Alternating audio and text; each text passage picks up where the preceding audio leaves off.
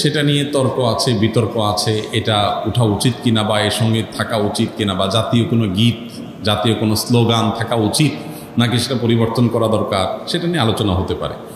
আমি সে আলোচনায় যাব, তার আগে একটু প্রাসঙ্গিক অন্য একটা বিষয়ে বলি। সেটা হলো যে দেশপ্রেমের নামে, দেশত্ববোধকতার নামে, দেশত্ববোধক কাজের নামে আপনি কোনো গীত, মিউজিক সংযুক্ত করে, বাদ্যযন্ত্র সংযোগে আপনি যদি কাউকে শুনতে বাধ্য করান, তাহলে সেটা তার স্বাধীনতার খর্ব করার শামিল, বিশেষ করে মুসলমানদের ক্ষেত্রে। কারণ ইসলাম যেহেতু বাদ্যযন্ত্র যোগে কোনো গান বাদ্যকে অ্যালাউ করে না, কোনো গানকে অ্যালাউ করে না, বিধায় আপনি দেশত্ববোধক গানের নামে, দেশপ্রেমের নামে আপনি আমাকে যদি এটা চাপিয়ে দেন, তাহলে এটা হবে আমার অধিকার লঙ্ঘন করা, আমার অধিকার খর্ব করা। সোজা কথা, দেশের সংখ্যাগরিষ্ঠ মানুষ যেটাকে হারাম মনে করে, সেই কাজ আপনি দেশের মানুষের উপর চাপিয়ে দিতে পারেন না। হ্যাঁ, দেশের একটা স্লোগান থাকলো, একটা গীত থাকলো, সেটার কথা মনা ভিতরে যদি আপত্তিকর কোনো কিছু না থাকে, সেটা ভিন্ন বিষয়, অবশ্যই সেটা গ্রহণযোগ্য হতে পারে। এবার আসা যাক এই গানটা নিয়ে, যে আমাদের যে জাতীয় সঙ্গীত আছে, আপনারা জানেন যে রবীন্দ্রনাথের লেখা এই গানটি বাংলাদেশের জন্মেরও আরও বহু আগে তিনি লিখেছেন। তো এই গীতটা মূলত বাংলাদেশকে কেন্দ্র করে লেখা হয়নি।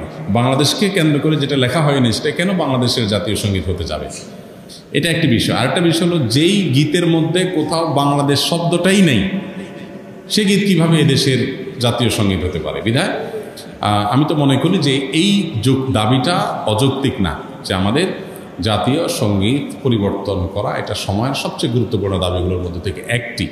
আরেকটা এখানে বিষয় হলো যে আপনারা জানেন যে হিন্দু ধর্মাবলম্বীরা তারা পূজনীয় বা দেবতা তুল্য এরকম কিছু মানুষ বা কোনো ব্যক্তি বা বস্তু থাকে, তাদেরকে তাদের দৃষ্টিতে তারা সেগুলোকে মা বলে সম্বোধন করে। ইসলাম আমাদেরকে এরকম কোনো ধারণা দেয় না। মাতৃভূমির প্রতি ভালোবাসা এটা একটা স্বকীয় বিষয়, এটার জন্য মুসলমান হওয়া প্রয়োজন নাই, এটার জন্য মানুষ হওয়া যথেষ্ট। শুধু মানুষ কেন, অন্যান্য প্রাণীর মধ্যেও কি আছে, নিজের ভূমির প্রতি নিজের টান আছে।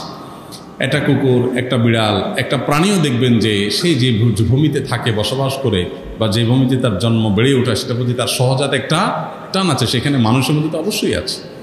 আমাদের প্রিয় নবী সাল্লাল্লাহু আলাইহি ওয়াসাল্লাম মক্কা থেকে যখন হিজরত করে মদিনায় আসছেন, তাকে যখন কেবলা পরিবর্তন নির্দেশ করা হলো, তিনি যখন ফিলিস্তিনের দিকে নামাজ আদায় করছিলেন, তিনি বারবার করে মক্কার দিকে যেন কেবলা করে নামাজ পড়তে পারেন, নিজের মাতৃভূমির দিকে ফিরে যেন তার সালাত আদায় করতে পারেন, সেজন্য আল্লাহর কাছে বারবার করে বিভিন্নভাবে আর্গুমেন্ট পেশ করছিলেন। আল্লাহ তাআলা কোরআনে সেটা উল্লেখ করেছেন, ফালানুওয়াল্লিয়ান্নাকা কিবলাতান তারদাহা, হে রাসূল, অচিরেই আপনাকে আপনার মনের মতো আপনি যে কেবলার প্রত্যাশা করছেন সেদিকে ফিরে সালাত আদায় করার নির্দেশ দান করবে। এখান থেকে বোঝা যায় মাতৃভূমির প্রতি সহজাত টান থাকা এটা একেবারে প্রাকৃতিক একটি বিষয়। বিধায় এটার জন্য কোনো জাল হাদিস বানানোর কোনো প্রয়োজন নাই, যে হব্বুলতন মিনাল ইমান, দেশপ্রেমের অঙ্গ, এরকম কোনো হাদিস নবী সাল্লাল্লাহু আলাইহি ওয়াসাল্লাম বলেন না। নবী সাল্লাল্লাহু আলাইহি ওয়াসাল্লাম নিজেই নিজের মাতৃভূমিতে তার ভালোবাসা ছিল। সো একজন মানুষ হিসেবে আমাদের মধ্যে সেটা থাকবে, দায়িত্বশীলতা থাকবে, সেটাই স্বাভাবিক। আলাদা করে জাল হাদিস বানানোর প্রয়োজন না। যাই হোক, তো মাতৃভূমির প্রতি টান এক জিনিস, আর সেটাকে পূজা করা আরেক জিনিস। ইসলাম আমাকে এটাকে পূজনীয় করতে বলে নাই।